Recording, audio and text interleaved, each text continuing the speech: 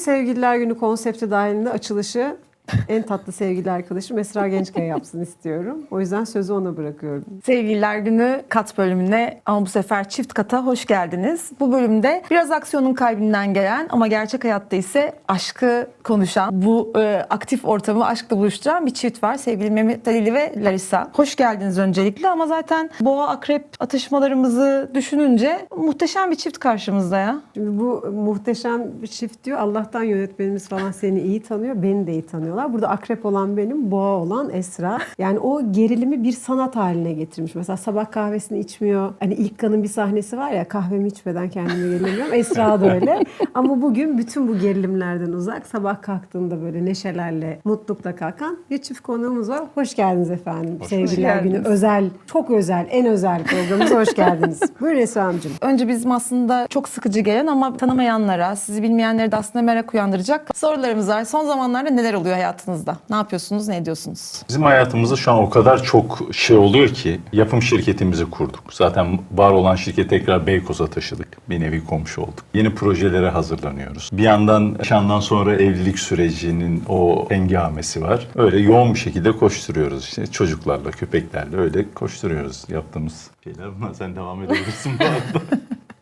Ben de hemen hemen aynı şeyleri söylerdim. Yani yoğun bir dönem, daha yoğun olsun tabii ki. İş yapmayı seviyoruz, iş yapmak güzel. Ama yorucu ve çok hareketli, aksiyonel bir dönem bizim için. Ama memnunum, ben kendi adıma çok okeyim yani şu anki dönemde. Bildiğim kadarıyla sizin beraber oynadığınız bir projeniz yok değil mi? Beraber hayat bulmuş bir iş henüz görmedik. Göreceğiz inşallah. Böyle bir proje oluyor olsaydı eğer duyurulur. Böyle bir proje olsaydı bu ne tür bir proje olurdu? Yani böyle bir aksiyon mu? Romantik aşk mı? Yani çünkü bir bakıyorum romantik aşk gibi, bir bakıyorum aksiyon gibi de. Nasıl bir denklemi olurdu? Lütfen hayatım. Allah, bu zerafet karşısında ne yapacağım bilmiyorum. Biz de birbirimizi böyle yapalım. Önce şunu söylemem gerekiyor. Biz iki koçuz ve özellikle birlikte çalışırken de çok içeriden bizi gören insanlar kavga ediyoruz, birazdan birbirimizi gırtlaklayacağız gibi durumlarla karşılaşabiliyorlar. Çünkü ikimiz de çok dik karakterlerdeyiz. Ama tabii ki hani her zaman işte kadın efendi, erkeği yendi gibi bir durum söz konusu oluyor. Zaten ben öyle bir kaybedeceğim bir savaşa girmediğim için ben direkt mağlup olarak kabul ederek şey yapıyorum. Ya biz aslında şöyle oldu. Hani birlikte bir projede birlikte olma durumumuz neredeyse olacaktı. Aslında yapımını ben yapacaktım Lara'nın bir projesinin. Tanışmamız öyle oldu. Aksiyon mu yoksa romantik komedi mi işte dram mı şeylerinde iki koç olduğumuz için sürekli tokuştuğumuz kısımda oluyor. Ben aksiyon çok seviyorum. Ama Türkiye'de ne yazık ki bunun bir karşılığı yok. Ve Lara da dram Drama seviyor. queen. Drama queen olarak. Ve aslında bunun ikisinin bir arada olduğu bir iş belki olabilir. Yine duyurulur buradan. Altıncı zevk. Böyle gerçekten itişmeli, dövüşmeli ama bir yandan da ağlamalı, zırlamalı Mr. and Mrs. filan. Brown gibi bir şey olabilir Öyle bir O mesela. sizin Eğlenceli hayalinizdeki olur. proje öyle bir proje miydi? Yani sevgili Lara'nın projesi öyle bir proje miydi? Yok öyle değil. Bayağı böyle hardcore, Dram. drama, ağlamalı, salya sümük olmalı bir proje. Ama bunun içerisine yedirilebilir böyle bir şey. Ben bunu bir düşüneyim. Yani evet. Sistem için. Buyurun Esra Hanım. Böyle yapacağım. Teşekkürler. Onu çok sevdim. Lütfen önce siz buyurun. O zaman şimdi birazcık varsayımlarla gidiyorum. Bir gün aynı dizi ya da aynı filmde rol alsanız dengeleri nasıl kurardınız? Yani sette ve evdeki durumlar nasıl değişirdi? Ya da işte şöyle aranızda belki de şakalaşıyorsunuzdur. Ya sen benim kesin rakibim olursun falan gibi şakalarınız oluyor mu? Ya da olur mu? Ya şöyle oluyor genelde. Cevap verebilir miyim? Tabii ki. İnanılmaz bir bölüm Hayır, oldu. yoksa şimdi evdeki kısmının gerçek kısmını ben bildiğim için burada olabildiğince şey olayım. Çünkü evde daha şey olabilir diye. Neyse biz hep böyle gerçekten kafa kafaya çok tokuşuyoruz. İnsanlar şey yapıyor, aman kavga ediyorlar konuşmayalım. Giriyorlar içeri, ne var be falan oluyoruz. Hani ondan sonra diyorlar ki bunlar artık birbirinin saçını başını yolacak. Biz yemeğe çıkıyoruz diyoruz, gayet normal. Kendi işimizde çözüyoruz onu. Sizin ilişkinizin dinamiği de bu demek ki. Ya ama böyle bu tartışmalarımızın hepsi aslında işe hizmet ediyor. O bizim için çok güzel oluyor. Çünkü içinde bambaşka trikler ortaya çıkıyor. Bambaşka değişimler oluyor. İyi ki kavga etmişiz, tartışmışız ama bu gerçek kavga değil tabii işle ilgili. Bu da şey gibi, limonlu mu sirkeli mi turşu muhabbeti var ya. Turşudan açıldı gene konu. Hep onun gibi oluyor. O tatlı şeyi hep koruduğumuz için hiç o şey bozulmuyor. Ya aslında işe hizmet ediyorsa onun daha önde, benim daha arkada veya tam tersi durumlar için hiç öyle bir kaygımız, derdimiz yok açıkçası. Kendi adıma böyle söyledim ama... Aslında şöyle, bazı projelerde işte ikimizin de çok böyle muazzam yükseldiği projelerde genel olarak bir seçim yapıyoruz. İşte evet sen bunda oynayacaksan ben içini yapacağım ya da işte Mehmet Ali'nin bir seti oluyor ben tamam diyorum ben işte arkada durayım o zaman filan. Bunu kendi içimizde güzel bir şekilde dengelediğimizi düşünüyorum. Ha bu soru böyle bir soru mu? Kıskançlıkla alakalı bir Yok, soruysa yok. tabii oranın şeyini sen cevap verirsin artık bilemiyorum. Ben. Cevap vereyim mi gibi bir ben doğru. Bir Ben mi de cevap şöyle Cevap de hakkım bir olduğunu durum var. düşünmüyorum bu konuda. Bize gerçekten gelen ve iş yaptığımız arkadaşlarımız ya da işte insanlarda genel olarak şöyle bir şey oluyor. Ya Mehmet Ali Bey ne kadar iyi niyetli, ne kadar tatlı ama eşi biraz Aşk olsun öyle değildir. hani çingene böyle tırnaklarını çıkartmış cadı falan diyemiyorlar da insanlar kibarlığında. Genelde kötü polis ben oluyorum. Çünkü ben daha işte cazgır, daha tersleyen, işte Daha hayır beğenmediğin. öyle olmasın böyle. Tabii Mehmet Ali daha olur yaparız. Hani nasılsa burada var sıkıntılı bir taraf. O zaman halleder. benim falan. sorum şu anda hükmünü kaybetti. Benim sorum şuydu. Pardon, bir aksiyon, çok pardon. yo, estağfurullah. Bir aksiyon yönetmeni, aksiyon içerisinde bu kadar harmanlanmış biriyle bir hayat paylaşıyor olmanın herhangi bir gün süpermarkete giderken böyle bir sekans düşündürdüğü oluyor mu diyecektim. Ama galiba bu sorunun karşılığını sana sormam lazım yani. Aslında tam olarak böyle bir soruydu. Var mı böyle şeyleriniz hayat içerisinde? Yani hayatın içerisinde de normal işin prensipleri gereği o aksiyonlar var mı senin hayatında da? Ya oluyor çünkü bizim ülkemizde ne yazık ki her an aksiyonla karşılaşabiliyoruz. Çünkü gerçekten niye gözünün üstünde kaş var diye insanlar birbiriyle kavga edebiliyorlar. Bir de ben saygısızlığa çok tahammülüm yok. Hani genel yapı olarak iyiyimdir hep şey derim. Hani ne iş yapıyorsun? Yakın dövüşüyor silah uzmanıyım dediğimde insanlar şey diyor. Aa senden uzak duralım. Ben de diyorum ki hayır bana daha yakın olun. Çünkü ben bildiğim için zarar vermem. En azından zarar vermeden o şeyi yapabilirim. Çünkü bilmeyen insan daha çok zarar verir. Ve şimdi saygısızlık olunca bunların bir sınırı vardır. Hani senin saygısızlığın artık bana veya çevremde sevdiğim bir insana geliyorsa ona dur demek zorundaymışım gibi hissediyorum. Tabii ki bu şiddette değil. Sözlü olarak genelde. Sizde şey de olur. var mı Lara bu işte silah, yakın dövüş falan bunlara ilgi alakanız var mı? Bende tüfek var. Çok çok severim. Hatta kısa bir anı anlatmak istiyorum. Memlekete gittik. Orada dedik ki bir işte poligon açılmış yeni. Oraya gidelim. İşte atış yapalım. Bir Karadeniz akşamı yapalım filan. Gittik hep birlikte. Tabii Mehmet Ali'yi bildiği için hani akrabalar filan da hemen silahlar açıldı, gösterildi. İşte ne istersin abi, hangisini seçersin? Şu kadar atıyor, şu bilmem ne filan böyle bir ton konuşuyorlar. Ben de dinliyorum arkada. Sen atacak mısın dedi. Dedim atacağım tabii ki. İşte ben de yardım ederim sana filan. Dedim ben tüfek istiyorum. Tabii orada hani benim böyle zayıf çıtı pıtı filan görünce şey sesleri yükseldi. Hani taşıyabilecek misin tüfeği filan. Sonra Ben ben sevmiyorum böyle şeyleri gerçekten. Sonra ben başladım atmaya ve iyi de kullanırım gerçekten tüfeği. Mehmet Ali böyle şey oldu. Sen KGB ajanı mısın ya? Falan. Hiç beklemediğim şekilde ya. Hani şimdi sonuçta bir kalibrasyon yapman gerekiyor tüfeğe şey yapmak için. Ben şimdi attım. Ben de hani güvenirim kendime şey olarak. Şimdi atışları yaptık. Tabii bir iki tanesi kaçtı o kalibrasyonu kendi şeyimde yaparken. Sonra Lara atış yaptı ve hiç kaçırmadı. Dedim ki benim kalibrasyonum bozukmuş. Tüfeğin değil. O yüzden dedim sen KGB ajanı O mısın zaman diye. senin eskiden beri böyle bir yatkınlığın vardı. Varmış. Ya Bence şöyle doğuştan çocukluğumda yani gerçekten. benim ailem hep şeydi bana karşı. İşte kapı çıkardı, pencere çıkardı. Babam kızım gel bak nasıl tamir ediliyor öğren tarzı bir yaklaşımları vardı. Dolayısıyla da işte her şeyi yapa yapa babam da meraklıdır. O kızım bak böyle tutacaksın, bak böyle atacaksın. Hadi gel sana da attırayım falan derken de gelişmiş. Bir de işte Karadeniz kanının verdiği bir Ya bence yoğruşmayla. burada bence eksik bilgi var. Bu arada gidip atıyordu veya böyle bir özel bir şey de olabilir. Hani o babam gösterdi atayım hani o zaman babası da atardı mesela doğru düzgün. Ama burada şimdi kayınpederimiz atamadı demiş Attı. olmayalım. Atıyor ama bu kadar değil. Ben de o kadar atamıyorum zaten. Yoksa gayet iyi atıyor. Hangisine bakarak konuşayım? Kayınpederim gayet iyi atıyor. Vallahi bak. Hani Canım ama benim. inanılmaz. Gerçekten çok şaşırdığım için. Ben dedim ki gerçekten süpermiş. KGB ajanımız. Hani böyle bir şey yok. Hani ben de çünkü yıllarca yaptın. Hani silahın içindesin. Hep bir fiil içinde bulunmuşsun. Kaçırıyorsun 20 taneden 2 tanesini kaçırıyorum. Dedim ki hani ayarını yapayım. Gerçekten ben bozukmuşum. Kız 20'de 20 yaptı ve şaşırttı beni. 20'de 20'de çok İnanılmaz bir iddialıymış. şey ya gerçekten. İnanılmaz. Tebrik ederim bu arada. Teşekkür ediyorum.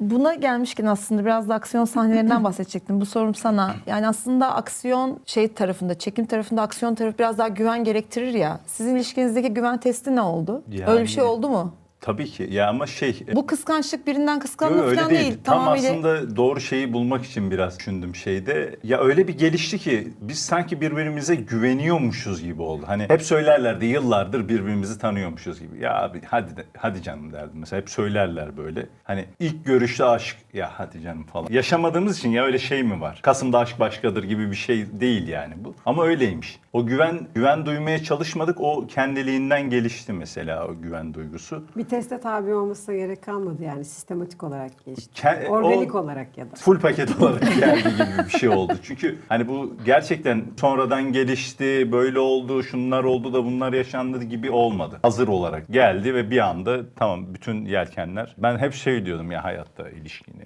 artık bu saatten sonra böyle olmaz böyle olmaz derken şeymiş. Bu anı bekliyorum. Bütün yelkenler hemen suya indi. Ben de bu anı bekliyormuşum gibi oldu. Çok enteresandı yani. O yüzden öyle bir şeye tabi olmadı benim kanımca. Ben de söylediklerine katılıyorum. Tabii ki ilişkisel olarak hani senelerdir çok sıkıntılı olduğumuz zamanlarda oldu. Kavgalarımız, tartışmalarımız hani her ilişki gibi. Ama bir şekilde herhalde o güveni oturtmuşuz ya da o sevgiyi, saygıyı oturtmuşuz. Bir şekilde toparlayıp devam ettik. Çok da bizi sıkıntıya sokan bir sürecimiz böyle hani o saygımızı, o güveni kaybedecek duruma geldiğimizde belki de biz de hani buraya gelmesin diye uğraştık. Böyle ilerlettik inşallah da böyle Ama birkaç defa ilerletiriz ayrılık diye şeyine geldik. düşünüyorum. İşle ilgili tartışırken. Sen yap ben yap ben gidiyorum sen git baba. Sen dedim babanın evine gitmiyor musun? Gitmiyorum sen git dedi. O zaman ben dedim senin babanın evine gidiyorum. Bir an böyle buna İyi döndü. atış Az kalsın yapıyor. ben kavga ederken böyle evi bırakıp Lera'nın babasının evine gidecektim. Öyle bir şeye Yani geldi. bazen oluyor işte ama dediğin bence önemli bir nokta. Yani hayat içerisinde bir şeylerle karşılaştığı zaman insanın yanındakiyle beraber verdiği reaksiyon da onu. Esra'cığım bizim de böyle şeylerimiz var. Biz çok kriz yönettiğimiz için beraber o kriz yönetimindeki aslında hal ve tavrı insanın nasıl biri olduğu ya da nasıl ilişkilendiğini gösteriyor. Sağ ol Esra'cığım. Sağ ol, Sevgiler günü. sağ ol. Boş bırakma seni ben de. Bana bir sağ ol yaparsan teşekkür ederim. Biz böyle eve gittiğimizde böyle açıp bir dizi, bir sinema filmi izliyoruz. Ama tabii biz sizin gibi izlemiyoruz. Sizin izleyip ya şunu da biz oynasaydık ne tatlı olurdu dediğiniz bir filminiz, bir diziniz, gündem olmuş bir şey de, hali hazırda olan bir şey de olabilir, bir proje de olabilir. Var mı böyle bir projeniz? Ya ben mesela geçen gün Adile'yi izledik. Ellerine sağlık çekenlerin de, fanların, oynayanların. Hani şey dedik, şimdi bunlar Yeşilçam filmlerin bu remake'leri deniyor değil mi artık bunlara? Yapılan şeyde böyle hani parası değil olay. Orada olmak isterdik gibi bir yerde bir şey söyledim. Hani çünkü orada Yeşilçam'daki aktörlerin hiçbirine benzemediğimiz için ama hani orada atıyorum bir çay servisi bunlar bizim gocunacağımız şeyler değil. O güzel anın içinde olmak isterdik dedim ben daha en son Adile'yi izlediğimizde. Böyle bir şey güzel bir anı olarak kalabilirdi demiştim. O vardır bir tek. Onun haricinde başka bir şey için ben söylemedim ya. Şunda olsak bunda olsak diye. Evet ben de işte aynı şekilde konuşmuştuk. Ya ama Çünkü kendi işlerimiz için diyoruz mesela. Hani ikimiz bunda olur muyuz, olmasak mı gibi şeylerimiz Şeylere var. giriliyor. Anladım. bizde biraz şey var. Artık herhalde sektörün içinde olduğumuzdan kaynaklı bir şey izlerken hele Mehmet Ali'nin yaptığı bir şeyi izlediğimiz zaman ben onun başka bir şeyini eleştiriyorum ya da onunla alakalı yorum yapıyorum. Mehmet Ali de ya bu sahneyi diyor niye biz görmemişiz, kaçırmışız. Ya ben bunu niye böyle yapmışım falan diyor. Niye buradan İşte- bağlamışız? Çok şey olmuş falan. O kadar gerçekten bizim sektörde olunca film izleme zevkin olmamaya başlıyor. Seyir zevkimiz azaldı gerçekten. En son Acayip. şeye bağlıyoruz. Tamam kapat ya. Başka bir şey Ben bir de izleyelim. kendi oynadığım hiçbir işi izleyemiyorum. Çünkü yaptığım şeylerde şeye dönüyor. Burada bunu yapmasaydım, şurada şunu yapsaydım. Bir sonrakinde burada bunu yapmayayım, şunu yapmayayım gibi birkaç defa böyle olunca izlememe kararı aldım. Öyle bir şey gelişti. Yıpratıcı oluyor. Kendi kendimle savaşmaktan yoruluyorum öyle olunca. Kızın tekrarını izliyoruz geçenlerde Ankara'da. Annem izliyor. Mehmet Ali'nin ölüm sahnesine denk geldi. Mehmet Ali arkasında, koltuğun arkasında. Annem de işte uzanarak izliyor. Tam öldüğü sahne oldu. Annem ağlıyor bir yandan. Oğlum! Ama Anne diyor kapat hani buradayım ya. Olmamış falan. insan çok kötü oluyor yani. Oluyor evet. Yani biz Oluyormuş. çok ağladığımız var ya Evet. bazı işleri izlerken sinirlendiğimiz gibi bazı işleri izlerken izlerken de de ağlıyoruz, ağlıyoruz. yani. Ben de dayanamıyorum öyle arkadaşlarımın. Bizim Mert paramparça oldu ya, Mert paramparça ettiler dizide. Sevgili Mert'ciğim dizide.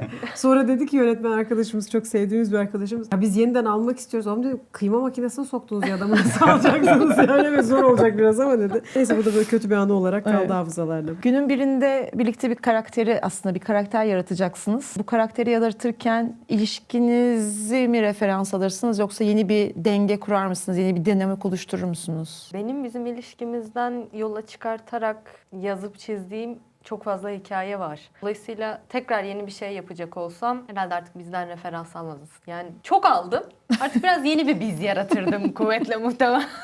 Katılıyorum. Hayır, Hani bir de şu an şöyle bir şey versiyonu. diyemiyorum. Evet, haklı. Çünkü yazdım. Hatta Doğru söylüyorsun. hani Şaka, hani işin şakası bir yana gerçekten öyle. Çok, ben katılıyorum. Çok doğru gerçekten. Söyleyebileceğim bir şey yok. Bu bölümde aslında bizim derdimiz, içeride de bilgisini verdiğim gibi, hem özel hayatıyla hem iş hayatını çok harmanlamış çiftleri misafir etmek istedik. İnsanlara emsal olsun diye. Bu noktada sizin mesela evinize geldiğiniz zaman hanenize tamam artık iş konuşmayalım, artık bu konuyu da bir kapatalım dediğiniz bir kırmızı çizginiz var mı? Ya bizim bizim mesela gerçekten var kendi içimizde. Esra'yla da, çünkü 7/24 biz işte Gökhan, ben hepimiz aslında hep beraberiz. Bir yerde artık tamam bunu bir kapatalım dediğimiz bir kırmızı çizgimiz var. Sizlerde de var mı benzer bir çizgi? Ya bizde yok gerçekten. Biz çünkü bizim işimiz hep yaratmak üzerine olduğu için ben bir anda duştan çıkıp aklıma şöyle bir şey geldi deyip ve lütfen yazar mısın dediğimde çok güzel bir hikaye çıktı mesela. Tam ana akım güzel dram iş. Biz bundan da keyif alıyoruz. Hani şey değil, hani oturalım iş konuşalım ve işin stresini evet eve getirmemeye çalışıyoruz ama ben bu konularda biraz daha stresli olduğum için ben genelde getiriyorum bu şeyleri. Çünkü kendi işim haricinde de saatimiz olmadığı için hani sabah 9 akşam 5 gibi bir işte çalışmıyoruz. Hani 6'da eve girdin artık iş konuşmayalım olmuyor. Bizde 24 saat sektör devam ettiği için orada iş konuşuluyor, bir şey oluyor ve kendi şeyimize de eve sürekli iş geliyor aslında. Dosyalarla geliyoruz, senaryo ile geliyoruz. Hiçbir şey yapamazsak, şirkette okuyamadık, eve gelip o senaryoları okuyup tekrar üzerine tartışıyoruz. O yüzden hiç şeyimiz yok, eve iş kırmızı gelmez çizgi yok yani. Ya çizgimiz yok. Çizgimiz yok. Gerçekten çizgimiz yok. Yani rengi geçtim, gerçekten çizgimiz yok. Tabii yıpratıyor mu? Yıpratıyor ama bunu bu son zamanlarda daha dengeli hale getiriyoruz yavaş yavaş. Biz de öğreniyoruz. Hani çünkü biz de bilmiyorduk bunu ve öğreniyoruz. Yani eve iş getiriyoruz. Çizgisiz bir şey. getirmeme gibi bir şansımız herhalde aynı yerde olduğumuz için ki bence ki insanın hem birlikte olması hem bir arada çalışması çok zor bir süreç bence. Güç gerekiyor bunun için. Hakikaten mental bir güce ihtiyaç duyuyor insan. Yani şu ana kadar becerdik, inşallah da Ya beceririz hem ama. şöyle bir şey de var. Şimdi biz hem aynı sektördeyiz, hem aynı sorunlardan müzdaribiz, hem de yapım şirketimiz var biliyorsunuz. Hem de aynı şirketteyiz. Odalarımız da yan yana düşünün. Her yerde Duvara birlikteyiz. vuruyorum. Ve Can. her toplantıda bir bardak, senin duvarda bir bardak şey var, izi var. Ben biliyorum onu. Hayır, bizde şöyle bir durum oluyor. Şimdi bir şey hakkında çok hararetli konuşuyoruz. Sonra bir anda işte köpeklerimizle alakalı bir şey oluyor mesela. Onlara yöneliyoruz. Aradan 3 saat falan geçiyor. Mehmet Ali bir anda dönüp bana şöyle yapıyor. Aslında şöyle de olabilirdi falan diyor. Devamlılık Neyi tutuyor. diyorum? Söylemiştim ya diyor. Ben hiç unutmam konuştuğumuz şeyleri. Öyle bir şeyim var. Ve bende şey var, hani durdurma ve devam etme tuşları vardır ya, play, pause gibi. Orada ben pause'a basıyorum. Şimdi köpekleri gezdiriyorum, şey oluyor. Sonra kaldığı Lara yerden bambaşka devam ediyorsun. arkadaşlarıyla, ailesiyle açmışım, konuşuyor. bir şey izliyorum. Bir şey izliyor işte eski şeylerden falan. Sonra ben diyorum ki bu da böyle olabilir dediğinde böyle yapıyor. Ne? Hani ne diyorsun? Hangisi Sonra en olabilir? başından tekrar anlatıyorum. Öyle olabilir. Bir de onun üzerine tekrar tartışıp olur olmazı şey yapıyoruz. Ya öyle bir şeyim var ne yazık ki. Ama Ben de dinç tutan şeyler bunlar. Yani bu olacak olan dinç tutan şeyler bunlar yani. çok olacak. dinç tutuyor. O yüzden yani bu kadar dinç tutması olabilir. Bir de benim beynimin arkası sürekli çalışıyor. Böyle bir sürü şey düşünüyor. Şimdi Lara ile ilk tanıştığımızda Lara böyle değildi tabii. Şimdi o da buna evrilmeye başlayınca şey diyor, beynim hiç durmuyor ya.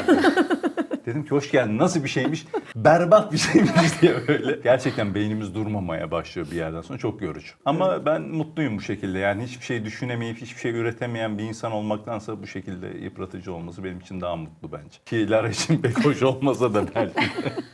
Yani aslında hepimiz bir şeyler eleştiriyoruz ama ilişkilerde eleştiri biraz daha hassastır ya. Audition çekerken ya da bir role hazırlanırken ya da bir şeyler yazarken birbirinizi ne dozda eleştiriyorsunuz? O seviye nerelerde? Çok üstte. Yani Bayağı fena eleştiriyoruz. Çok tatlı. Çok üstte. Ama çünkü özür dilerim hayatım, başladım. Şöyle bir şey oluyor. ne Şimdi demek iş... için her zaman. Yani özür dilemeye Hayır, ne öyle. gerek var? Ya böyle. Böyle duruyor, öyle değil. Karadeniz'den böyle çıkıyor ondan sonra.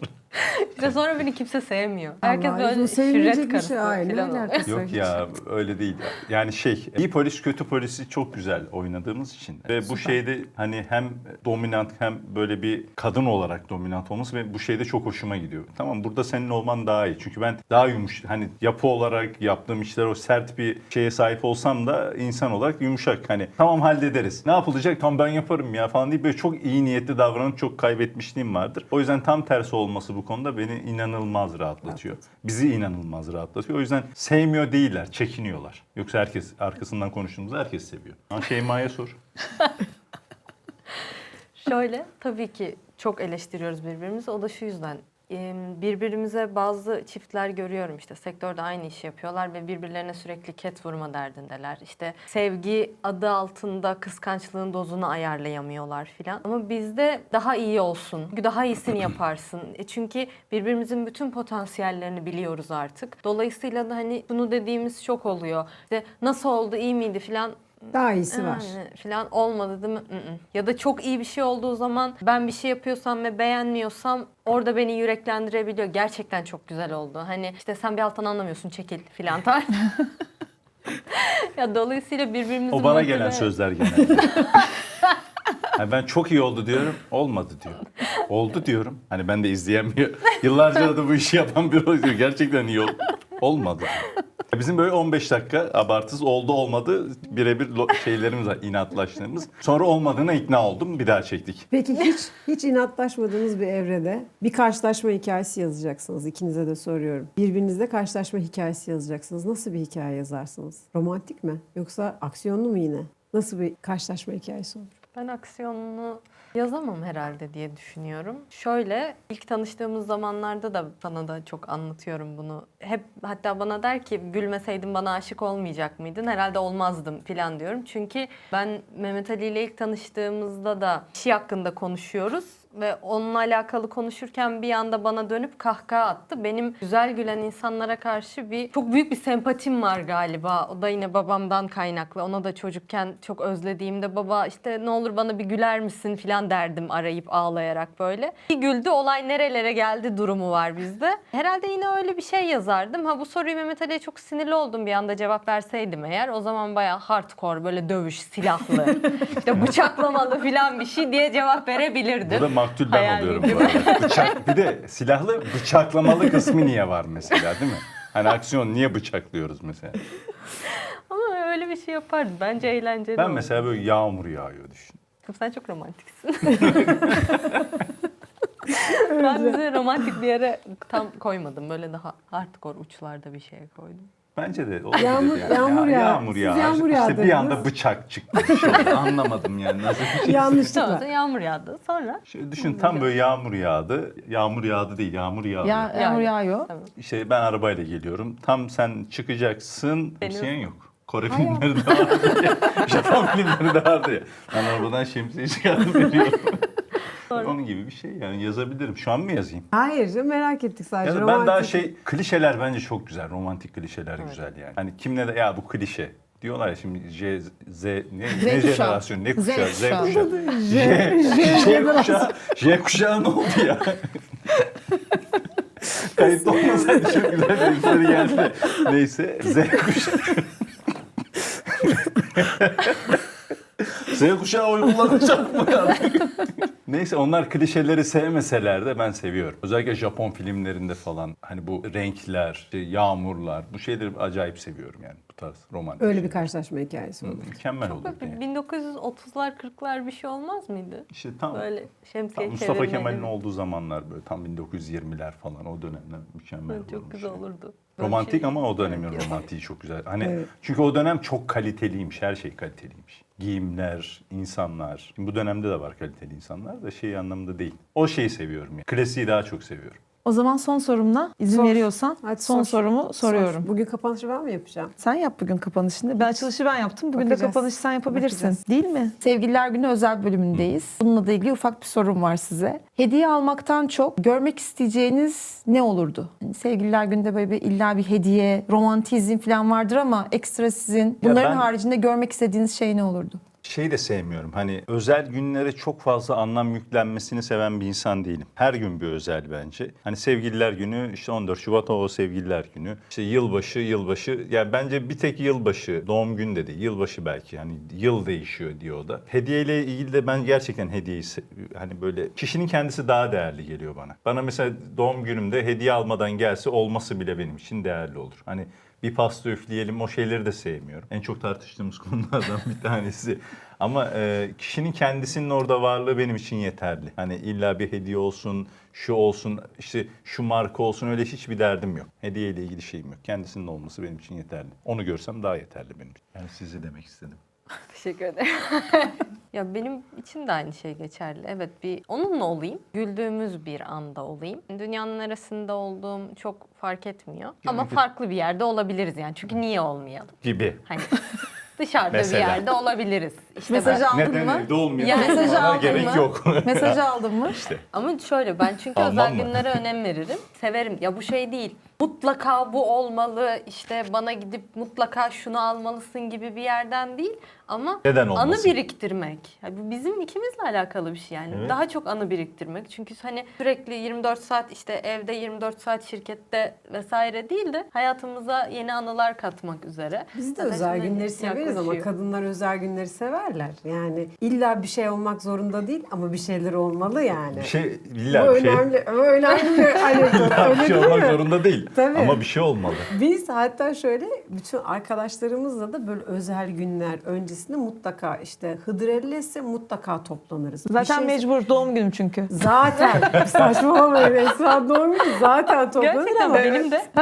1 Mart. Yok 5 Mayıs. Hıdrellez. Ha şey Cemre. atlama. Evet. Neydi? Atlama. Biz her yani konudan bağımsız mesela yılbaşından önce mutlaka hep beraber buluşuruz. İşte herhangi bir özel gün, kendimize göre özel günler belirleriz. Ben çok severim zaten. Bana toplaşmaya bahane olsun zaten yani uzun masaya bahane olsun. Ben çok severim. Hediye alıp vermeyi de çok severim. Yani hediyenin sorunun şeyine gelecek olursak sizin için de öyle oldu değil mi? Hediyenin amacı zaten önemli. Yani Evet. şeyi değil, büyüklüğü, küçüklüğü mevzusu değil ama onu düşünüyor olmak çok tatlı. Şeyleri çok seviyorum o noktada. Bazen giriyorsun böyle Instagram'da önüne düşüyor. Ya şöyle bir şey yapmış falan. Ay ben bir ağlıyorum onlara. O hediyeyi düşünmüş, onu öyle yapmış. Bir mutlu olmak ben. Biliyorsun yine kapanışı sana bırakacağım için uzun cümleler kuruyorum. Ya tabii ki hediyeler güzel. Ben kendim için söyledim. Hani ben hediye olmasa da olur. Düşünülmesi tabii ki güzel. Her insan mutlu olur. Vallahi biz geçen sene Mehmet Ali'nin doğum gününü işte sevgili proje koordinatörüm ben ve eşi kutladık Mehmet Ali'nin doğum gününü. Üçümüz dışarı çıktık. Mehmet Ali de sonra bir ara geldi yanımıza ama Mehmet Ali'nin doğum günüydü. Aa, sen bayağı iyisin ama. Ya şey Ama derler hani ya. benim doğum günümü de kutlamayalım. Hani zaten yaş atıyor. Hani ileriye doğru gidiyor. Hani anladın mı? Hoş değil. Şimdi ben şöyle tam yaş 40'ı geçiyor ve şimdi hala hep şey derdim küçükken. Bu bizim kendi yaşıtlarımız hep vardır. 30 yaşında bir insan gördüğümüzde bir abi diyorsun. Amca ne kadar yaşlı falan derdim. Ben ondan daha büyüğüm mesela o dediğimde ve bunu kabullenme şeyi çok farklı. Şimdi yeni bilimsel araştırma çıkmış. Ergenlik 60'a 70'e kadar gidiyormuş erkeklerde. Biz bunu tartıştık ama yani. Biz bu Z kuşağı İnanılmaz. mıyız? Yaşlı mıyız? Ya Gerçekten Esra'ya öyle. göre biz Değiliz. genciz mesela. Bence de Genciz. genciz. Yani ben öyle hissediyorum ve bunu da Zaten işte genciz. şu kadar oldum bilmem kaç tane mum. Abi koymayın. Hani bunu benim görmek zorunda değilim yani. Siz bunu neyini kutluyorsunuz gibi Niye bir şey. kutluyoruz yaşlanıyoruz diye mesela. O da diyor hayır yaş alıyoruz. Yani hayır.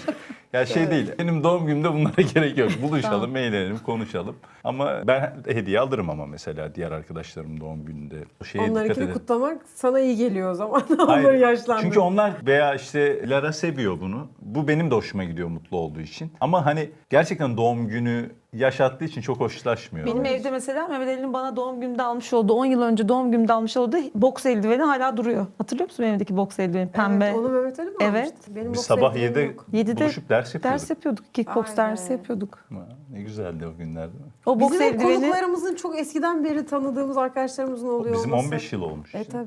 Efendim bugün Sevgililer Günü özel bölümümüzde sevgili Mehmet Ali ve sevgili Lara bizlerle beraberdi. Onların güzel kariyerleri ve güzel ilişkilerini birazcık konuştuk. Sizin Sevgililer Günü'yle ilgili söyleyeceğiniz bir şey var mı? Ya da bu sektörde olup bu sektöre girecek olan genç arkadaşlarımıza tavsiyeleriniz varsa? alalım yoksa ben yine kapanışı sevgili Esra'ya Bırakmadan hemen